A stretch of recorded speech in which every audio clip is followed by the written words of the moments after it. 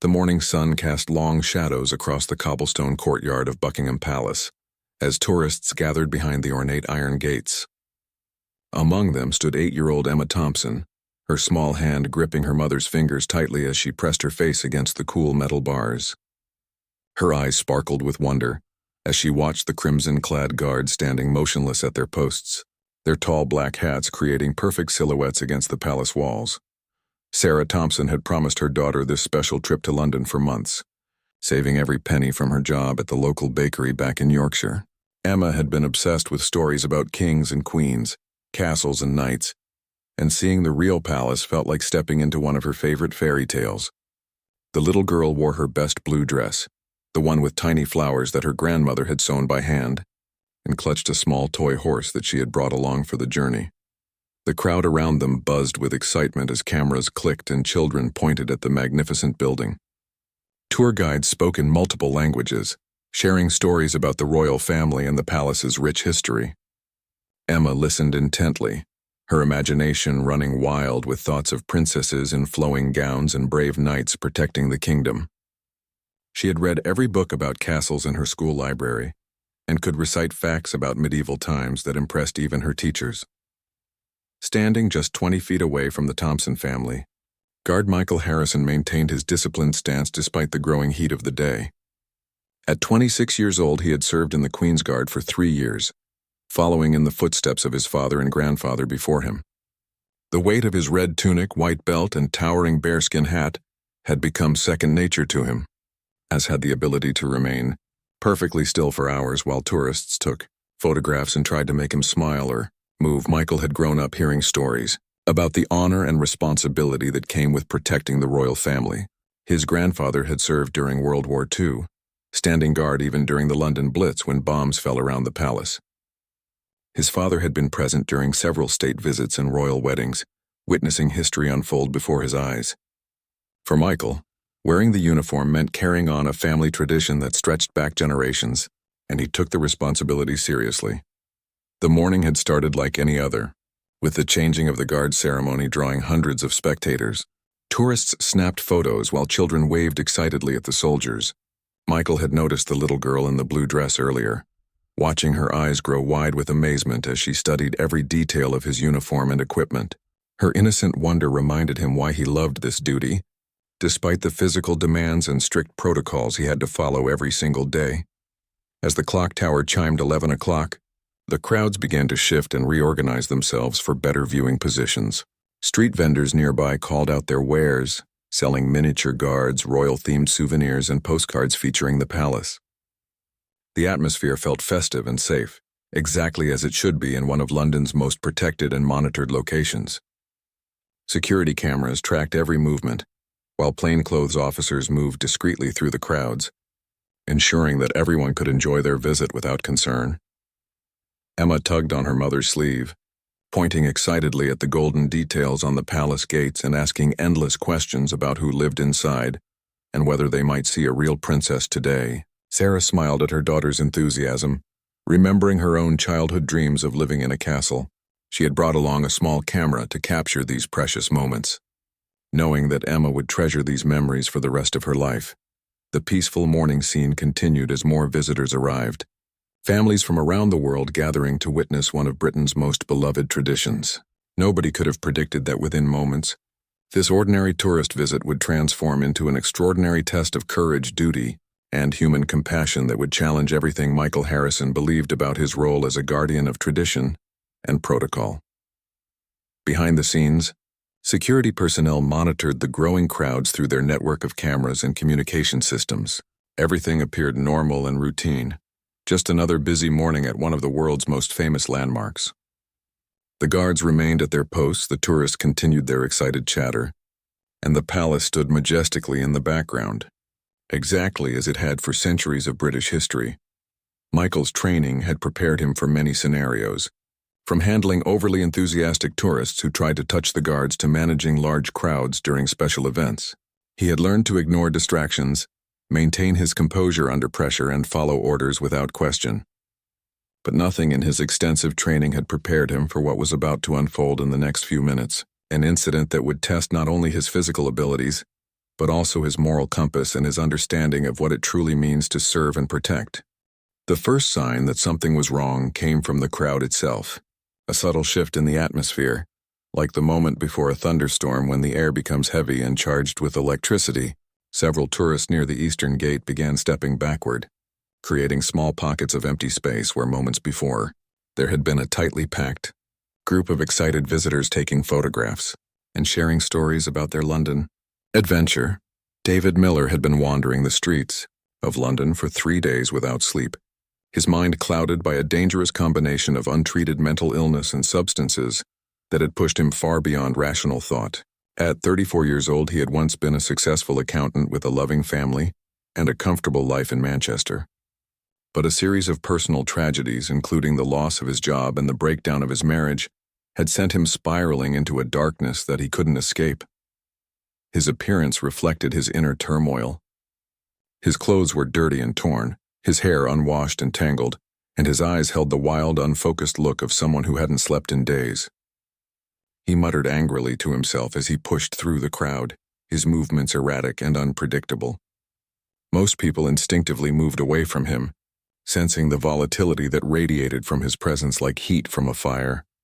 Sarah Thompson noticed the commotion first, her maternal instincts immediately alert to any potential danger near her daughter. She saw other parents pulling their children closer, and tourists stepping away from a particular section of the crowd. Following their gaze, she spotted the disheveled man pushing aggressively through the group of visitors, his behavior clearly different from everyone else around him. Her grip tightened protectively on Emma's hand as she began to guide her daughter away from the disturbance. Emma, however, was completely absorbed in watching the guards and hadn't noticed anything unusual happening around her. She was counting the golden buttons on Michael Harrison's red tunic and wondering how heavy his tall black hat must be. In her innocent 8-year-old mind, the palace represented everything magical and safe about the world, a place where good always triumphed over evil, and where brave protectors kept everyone secure from harm. Michael's trained eyes had already identified the potential threat moving through the crowd. Years of experience had taught him to recognize the signs of someone who might cause problems, even while maintaining his rigid ceremonial position. He could see the man's agitated state, the way other tourists were creating distance, and the increasingly erratic nature of his movements. However, his strict training demanded that he remain at his post unless directly ordered otherwise, or unless the palace itself came under immediate attack. The protocols that governed the Queen's Guard were centuries old and very specific about when a soldier could break formation or abandon his ceremonial duties. These rules had been created to ensure that the guards maintained their dignity and discipline, even under pressure, presenting an image of unwavering strength and reliability to the world. Breaking protocol without proper justification could result in serious disciplinary action, including dismissal from the prestigious unit. As David Miller continued his erratic path through the crowd, his muttering became louder and more aggressive. He seemed to be responding to voices that only he could hear, having conversations with invisible presences that appeared to be giving him instructions or making demands. His hands gestured wildly as he spoke, sometimes pointing accusingly at random tourists or shouting responses to questions that no one else could hear. The situation was clearly escalating beyond a simple disturbance. Security personnel in plain clothes had also noticed the situation and were beginning to move discreetly toward Miller's location. Their training emphasized de-escalation and crowd safety, but they needed to position themselves carefully to avoid startling him into more aggressive behavior. The challenge with situations involving mental health crises was that sudden movements or confrontational approaches could trigger violent reactions that might endanger innocent bystanders. Sarah continued trying to move Emma away from the developing situation, but the crowd had become dense and movement was difficult. Other families with children were attempting to do the same thing, creating a bottleneck effect that actually kept them closer to the potential danger rather than moving them to safety. Emma, still unaware of the threat, resisted her mother's efforts to leave, wanting to stay and continue watching the fascinating guards in their colorful uniforms. The tension in the air was becoming palpable as more people became aware that something serious was happening.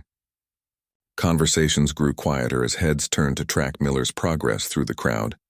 Some tourists began taking out their phones, uncertain whether they should record what might be an emergency situation or focus on getting themselves and their families to safety. The festive atmosphere of the morning was rapidly transforming into something much more ominous and unpredictable. Michael felt his muscles tense despite his training to remain relaxed and composed. Every instinct he possessed was telling him that the situation was about to escalate dramatically. But his orders required him to maintain his position and trust that the appropriate security personnel would handle any civilian disturbances. The internal conflict between his duty as a guard and his growing concern for the safety of the innocent people around him was becoming almost unbearable as each second passed. The moment that would change everything happened so quickly that most witnesses later struggled to describe the exact sequence of events. David Miller's erratic movement through the crowd suddenly became focused and purposeful, his wild eyes locking onto 8-year-old Emma Thompson with the intensity that sent chills through everyone who noticed his changed demeanor.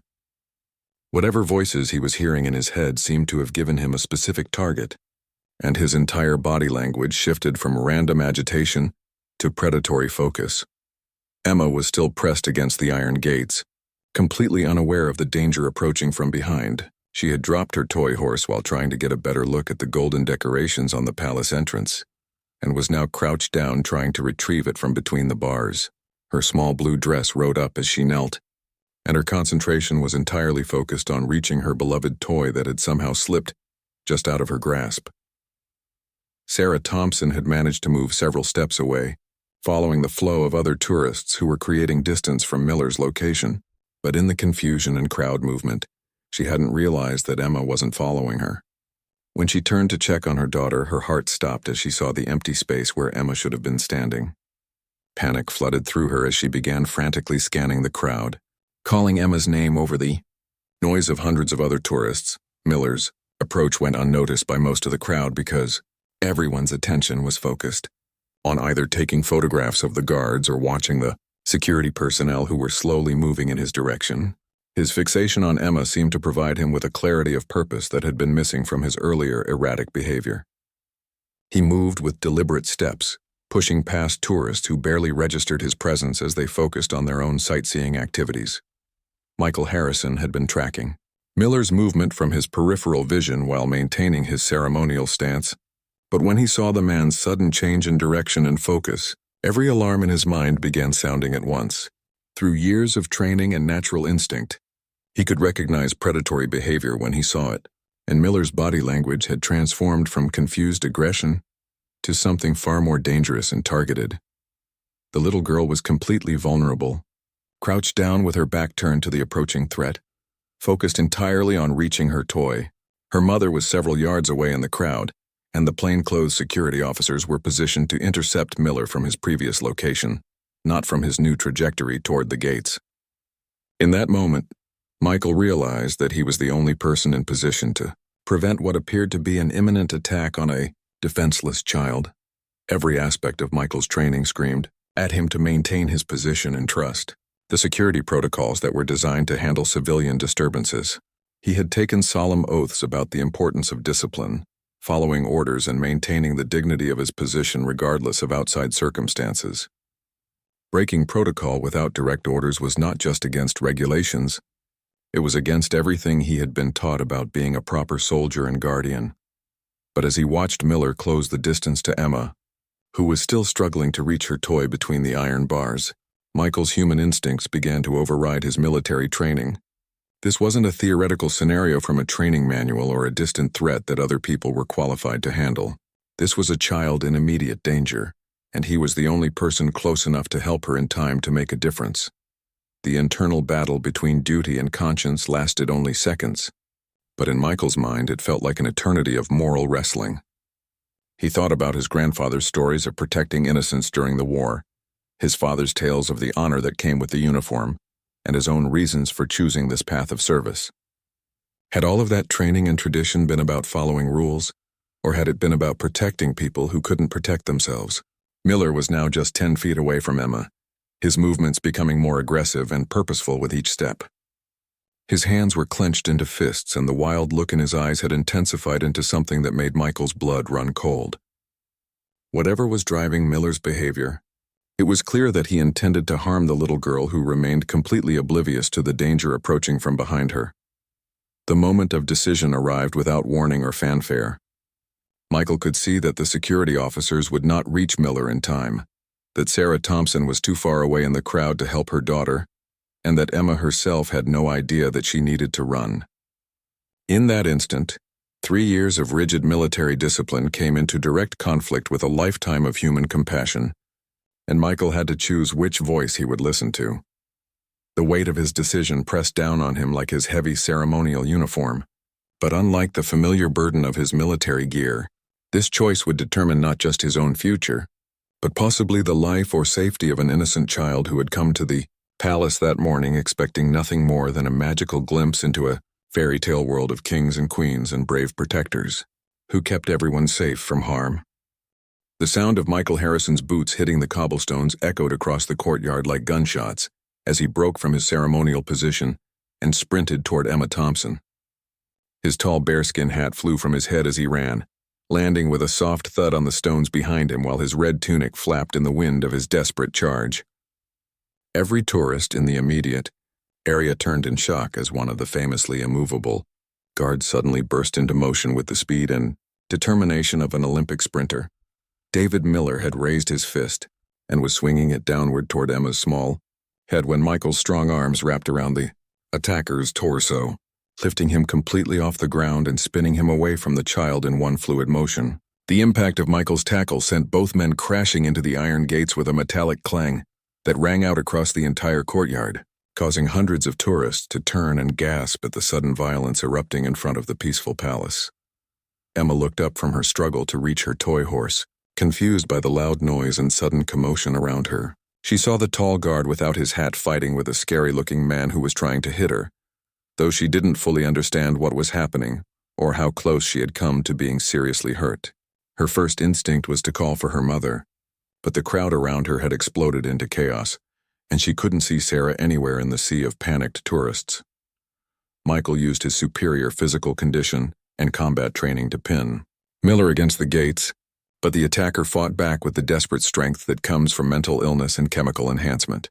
Miller clawed at Michael's uniform and tried to bite his arms while screaming incoherently about voices in his head and missions he needed to complete. The struggle was fierce and unpredictable, with Miller's behavior so erratic that Michael couldn't anticipate his next move or reaction. Sarah Thompson pushed through the crowd with desperate determination, her maternal instincts giving her strength she didn't know she possessed. She shoved past tourists who were standing frozen in shock, knocked over camera equipment, and ignored the protests of people she stepped on in her frantic effort to reach her daughter. When she finally broke through the crowd and saw Emma sitting safely by the gates while the guard protected her from the violent attacker, tears of relief streamed down her face. The plainclothes security officers reached the scene within seconds of Michael's intervention, their training kicking in as they moved to assist with controlling the situation. However, they were also shocked to see one of the ceremonial guards involved in a physical altercation, as this was completely outside normal protocol and created complications for their own response procedures. They had to quickly assess whether Michael was part of the threat or part of the solution, while managing Miller's continued resistance. Other guards along the palace perimeter remained at their posts, though every one of them was acutely aware of the drama unfolding near the eastern gate. Their training demanded that they maintain their positions unless specifically ordered to move, but the sight of their colleague fighting to protect a child created an emotional tension that tested their discipline. Some tourist observers later reported seeing slight movements among the other guards, subtle shifts in posture that suggested their desire to help their comrade. Miller's strength seemed to increase as more people surrounded him, his paranoid delusions making him believe that everyone was part of some conspiracy against him. He fought against Michael and the security officers with wild, uncoordinated movements that were dangerous precisely because they were so unpredictable. His fingernails raked across Michael's face, leaving bloody scratches on his cheek, while his legs kicked out randomly at anyone within range. The crowd of tourists had formed a large circle around the confrontation, with some people trying to get closer to film the incident, while others pushed backward to escape the violence. Children were crying as their parents lifted them up or pulled them away from the scene. The peaceful morning atmosphere had been completely shattered, replaced by an air of danger and uncertainty that left everyone feeling vulnerable and exposed. Emma remained remarkably calm despite the chaos around her, Perhaps because she could see that the friendly guard was protecting her from the bad man, she clutched her retrieved toy horse tightly against her chest and stayed close to the gates, instinctively understanding that she should remain still and let the adults handle the scary situation. Her trust in the guard's ability to keep her safe was absolute, even though she was too young to understand the significance of what he had risked to help her. Michael could feel his dress uniform tearing as Miller continued to struggle against him, the careful military creases in pressed fabric becoming disheveled and stained with dirt from the cobblestones. His white ceremonial belt had come loose during the fight, and his usually immaculate appearance was being destroyed with each passing second of the physical confrontation.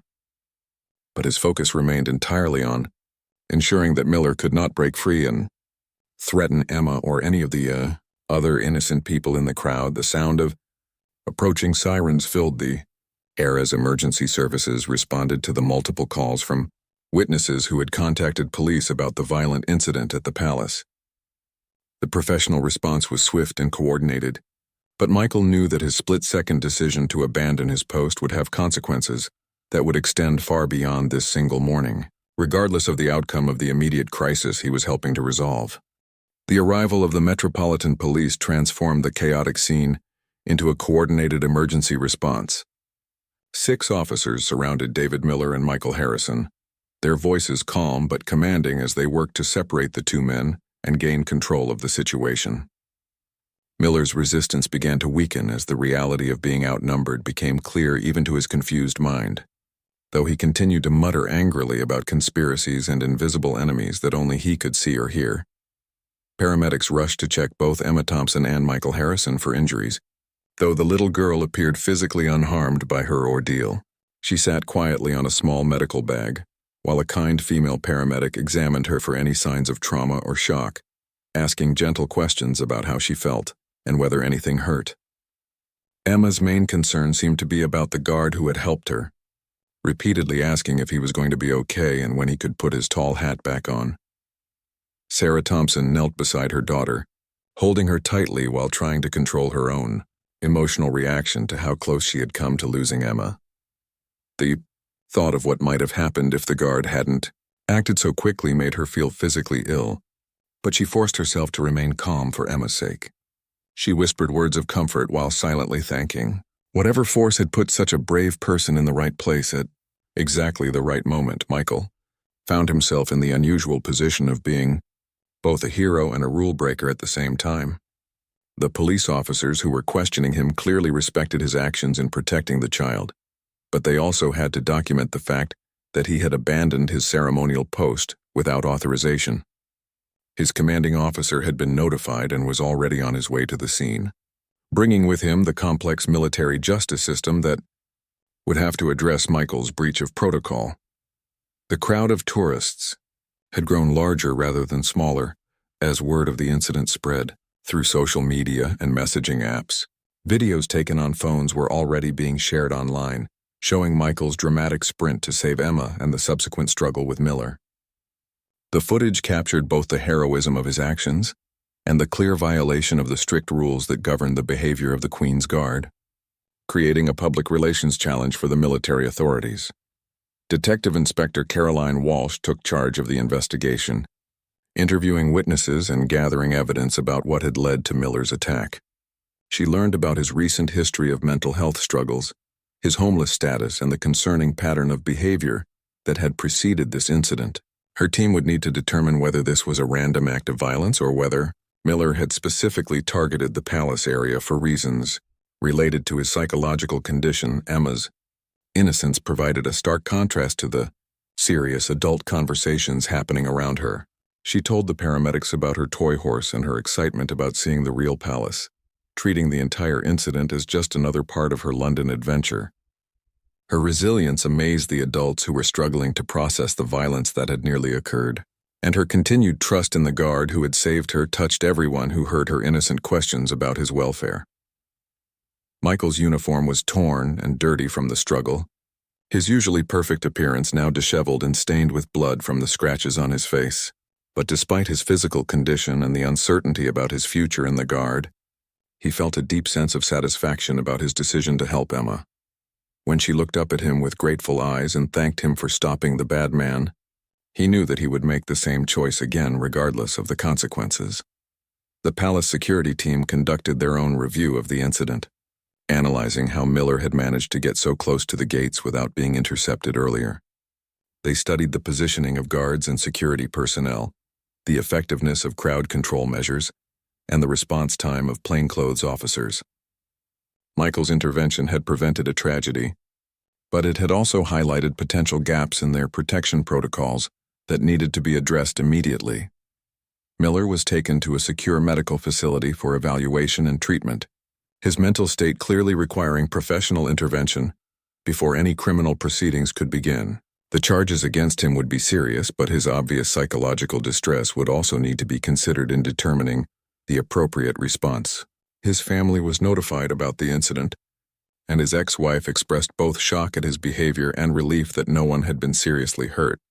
News reporters arrived at the scene within an hour, eager to interview witnesses and officials about the dramatic incident at one of London's most famous landmarks.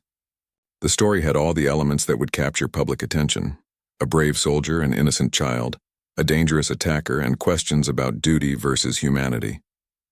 Michael's actions would soon be debated in newspapers and television studios across the country, with experts offering conflicting opinions about whether he was a hero or a rule breaker. The immediate crisis was over, but the consequences were just beginning to unfold. Michael stood beside the gates where he had served faithfully for 3 years, knowing that his career might be ending even as his conscience told him that he had done exactly what any decent person should do. Emma was safe, Miller was in custody, and justice would follow its course. But the price of doing the right thing was still being calculated by people who had never faced such an impossible choice between duty and humanity. The disciplinary hearing took place 3 days later in a somber conference room within the military headquarters, where Michael Harrison sat in his dress uniform facing a panel of senior officers who would determine his fate. The weight of centuries of military tradition pressed down on the proceedings as regulations and protocols were read aloud, creating a stark contrast between the rigid rules of service and the human compassion that had driven Michael to break those very same rules. Colonel James Morrison, who had served as Michael's commanding officer for 2 years, found himself in the difficult position of having to discipline a soldier whose actions he personally admired. The military justice system demanded accountability for breaches of protocol, but Morrison had daughters of his own and couldn't imagine any father wanting Michael to have chosen differently. His recommendation would carry significant weight with the review panel, but it had to balance personal feelings with professional responsibilities. Public opinion had rallied strongly behind Michael's actions, with social media campaigns and newspaper editorials calling him a hero who deserved recognition rather than punishment. Thousands of people had signed online petitions supporting him, including veterans who understood both the importance of military discipline and the moral courage required to break ranks when innocent lives were at stake. The pressure on military officials to handle the case appropriately was intense and very public. Emma Thompson had written a letter to Michael in her careful 8-year-old handwriting, thanking him for saving her and asking when he could come visit her at home in Yorkshire. Her mother Sarah had also written to the military authorities, describing the terror she felt when she realized her daughter was in danger and her overwhelming gratitude for Michael's intervention. These personal testimonies provided emotional weight to counter the technical aspects of military regulation violations. The legal proceedings revealed the full extent of David Miller's mental health crisis and the systemic failures that had left him without proper treatment or support. His attack on Emma had been driven by paranoid delusions that made him believe children were somehow threatening his safety, a tragic example of how untreated psychological conditions can lead to violence.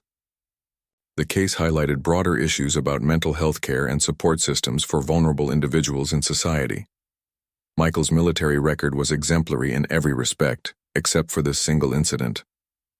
His performance evaluations, commendations from previous assignments, and testimonials from fellow soldiers painted a picture of a dedicated professional who had always followed orders and maintained the highest standards of conduct. The contrast between his consistent reliability and this moment of protocol violation made the case even more complex for the review panel to evaluate. The hearing examined whether Michael, had any reasonable alternatives to breaking ranks, analyzing the positioning of security personnel, and the timeline of events leading to his intervention. Expert witnesses testified about reaction times, crowd dynamics, and the likelihood that other responders could have reached Emma in time to prevent Miller's attack. The technical analysis supported Michael's split-second assessment that immediate action was necessary to protect the child. During his own testimony, Michael spoke quietly but firmly about the moment when he realized that following protocol might result in serious harm to an innocent child. He acknowledged his understanding of military discipline and the importance of following orders, but explained that his oath to serve and protect meant more to him than just guarding buildings or following ceremonial procedures. His sincerity and obvious moral conviction impressed even the most skeptical members of the review panel. The case attracted attention from military historians and legal experts who debated the balance between institutional discipline and individual moral responsibility. Some argued that exceptions to protocol, even for heroic reasons, could undermine the entire system of military order and reliability. Others contended that blind obedience to rules, regardless of circumstances, could lead to moral failures that betrayed the very principles that military service was supposed to uphold and defend. Colonel Morrison's recommendation was carefully worded to acknowledge both the technical violation of protocol and the exceptional circumstances that had motivated Michael's actions. He suggested that while discipline was necessary, it should reflect the complexity of the situation and the positive outcome that had resulted from Michael's decision. His report emphasized Michael's character and his genuine commitment to the protective mission of the Guard. The review panel deliberated for several hours, wrestling with precedent, regulation, and the human elements of the case. They understood that their decision would not only affect Michael's career, but would also send a message about the military's values and priorities. The balance between maintaining discipline and recognizing moral courage required careful consideration of both immediate and long-term consequences for military culture and public trust. Media coverage of the hearing was extensive, with reporters analyzing every statement and gesture for clues about the likely outcome. Public interest remained high, with many people seeing Michael's case as a test of whether institutions could adapt their rigid rules to accommodate situations that demanded human judgment and compassion. The story had touched something deep in people's understanding of right and wrong that transcended military protocol and bureaucratic procedure. As the panel prepared to announce their decision, Michael sat quietly with his lawyer and his family, knowing that his military career hung in the balance. Regardless of the outcome, he remained convinced that he had made the right choice in that crucial moment when Emma Thompson needed protection, and he was the only person positioned to provide it.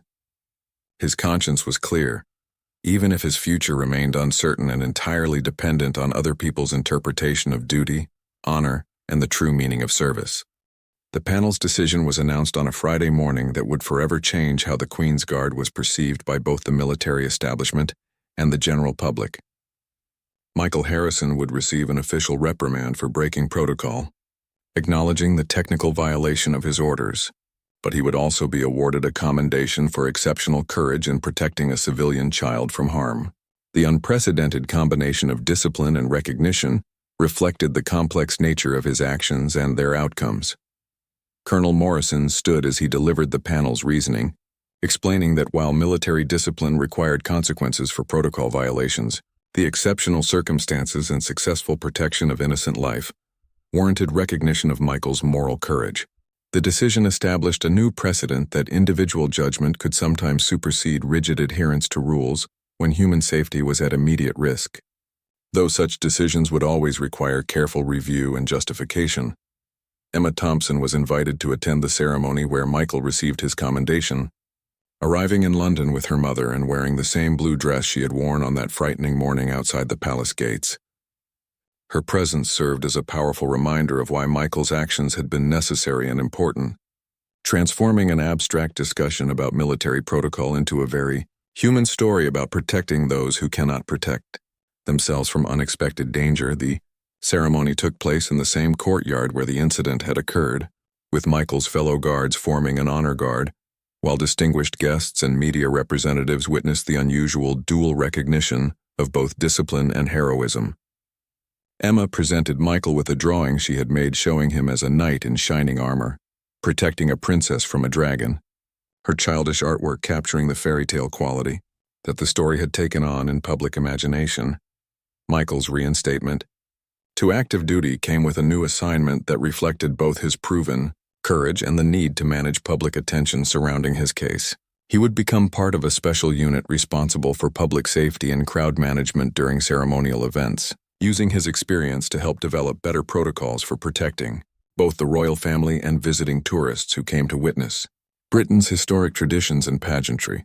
The incident led to comprehensive reviews of security procedures at all royal residences, with particular attention paid to identifying and managing individuals who might pose threats due to mental health issues.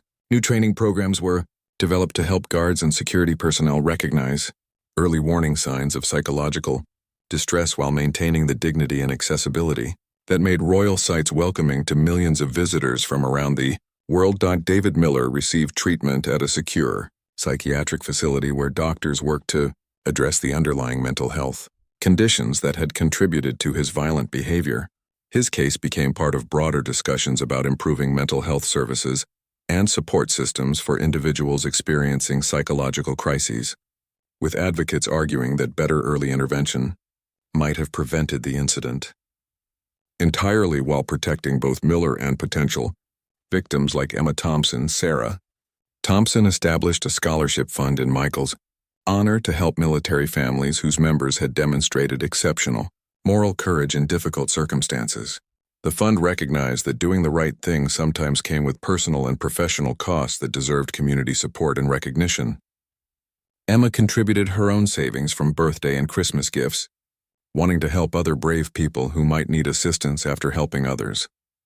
The story became part of the training curriculum at military academies, where future officers studied the balance between following orders and exercising moral judgment in crisis situations. Michael was invited to speak at several institutions about leadership, courage, and the responsibility that comes with wearing a uniform that represents both authority and service. His message emphasized that true discipline sometimes requires the courage to make difficult decisions based on values rather than rules. Years later, Emma Thompson would study international relations at university, inspired by her childhood encounter with someone who had risked his career to protect her.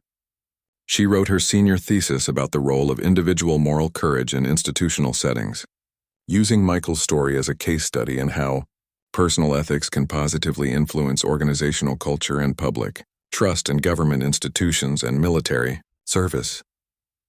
Michael Harrison continued his military service with distinction, eventually rising to become a training officer responsible for teaching new guards about both the importance of protocol and the wisdom of moral judgment in exceptional circumstances.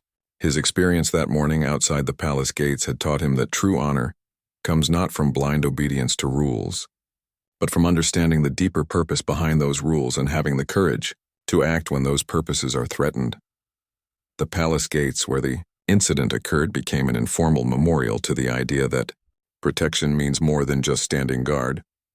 Tourists who learned about Michael's story often asked their guides to point out the exact spot where a young soldier had chosen humanity over protocol, creating a new kind of attraction that celebrated moral courage alongside royal history. The iron bars that Emma had pressed against while reaching for her toy became symbols of both the barriers that separate people and the bridges that connect them through acts of compassion. Emma's toy horse, which had inadvertently saved her life by keeping her in one place long enough for Michael to reach her, was preserved in a place of honor in her childhood bedroom.